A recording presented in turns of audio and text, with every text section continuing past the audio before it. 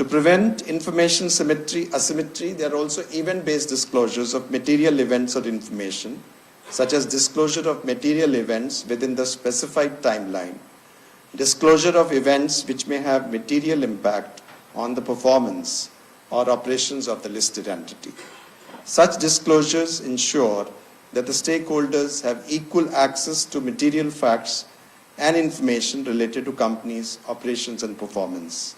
This promotes level playing field by bridging the gap between company insiders versus outsiders and the better decision making by the investors.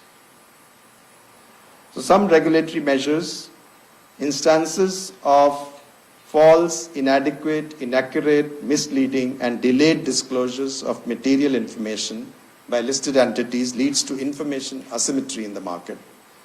In order to bring more transparency and to ensure timely disclosure of material events and to facilitate a uniform approach in determining materiality of events of information, and after consultation with stakeholders, we have amended the LODR regulations to introduce quantitative threshold for determining materiality of events and information. Similarly, guidelines have been made on timelines for disclosure of material events or information. To address the issue of perpetuity of special rights and to do away with practice of permanent board seats, we have brought in periodic shareholders approval, which is once in 5 years, for any special right granted to a shareholder of a listed entity. And also periodic shareholders approval every 5 years for any director serving on the board of a listed entity. To strengthen the independence of independent directors and enhance their effectiveness in the protection of interests of minority shareholders, SEBI has mandated that at least 2/3 of the members of the audit committee must be independent directors.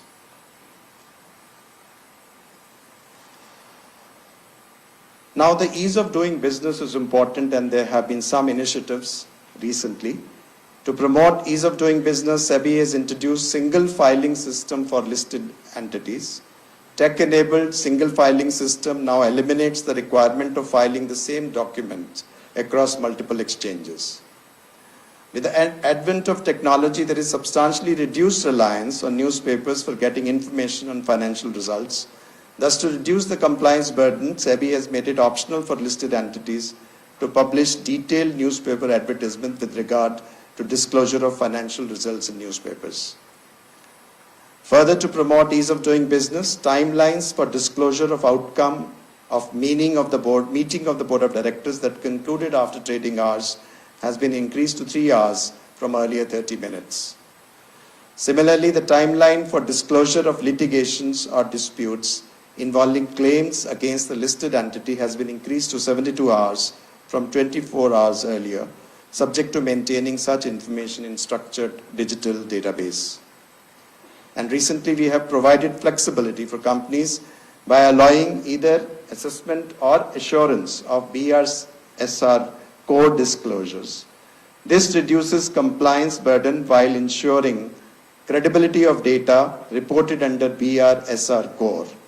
ESG disclosures for value chain are now voluntary and applicable from FY 25-26. But is that enough? So what's the way forward? As a regulator, SEBI has laid down a comprehensive governance framework on the corporate governance. We have taken measures to protect the interests of investors, at the same time tried to facilitate ease of doing business. But to achieve the desired objectives, we need to have a collaborative ecosystem. There needs to be a balance between regulation and ease of doing business. We are conscious that over-regulation can stifle growth and innovation. At the same time, too little regulations can also lead to decline in trust of stakeholders and adversely impact growth. Thus, there is a need for optimum regulation. Regulations need to be rationalized by removing what is no longer relevant and reducing overlaps.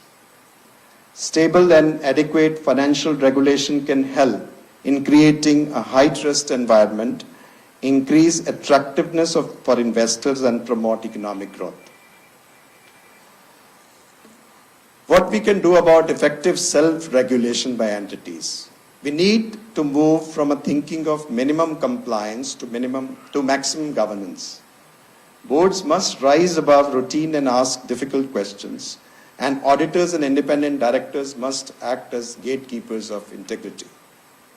Our regulations, which are LODR, lays down the principles which outline the essence of expectations of SEBI from the boards. There is an emphasis on doing the right thing for the right reasons, asking the right questions, constructively challenging management, demonstrating sound judgment, possessing an independent perspective, and avoiding groupthink. Corporate governance is not a matter of regulation alone. It's a matter of conscience. SEBI will continue to expect higher bar on governance, but true and lasting change must come from within the corporate boardrooms and cultures. And Mr. Bajaj was actually mentioning, he was giving a glimpse of what they are doing about their own organizational cultures. And there are several good practices, and those need to be carried forward, those need to be propagated. There is a need for industry to adopt RegTech solutions, which is use of technology-based solutions for complying with regulatory obligations that can help in improving compliance reporting, streamlining processes, and improving the operational efficiency. SEBI and first-line regulators, which is exchanges, are deploying SupTech solutions for effective and enhanced supervision. The use of technology by regulators has been very helpful in detecting early signs of market abuse and non-compliances.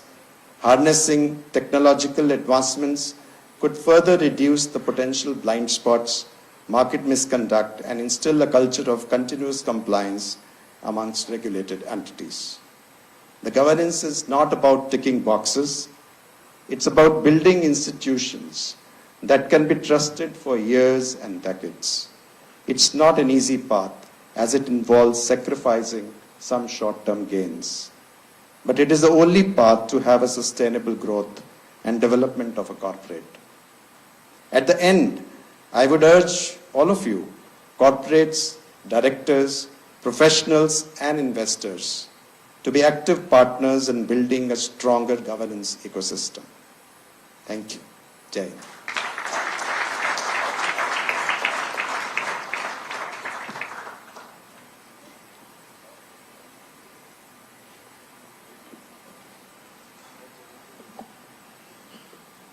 As we close this session, let me once again thank Chairman SEBI for being with us at this 18th Corporate Governance Summit and for his remarks, where he was both open, candid, talked about the need not only on governance side for regulation but voluntary adoption, acknowledging the requirement for some amount of regular springtime cleaning on old regulations, but also the need to keep pace with the changing environment. So thank you, sir, for the same, and with that, we close this session. Thank you.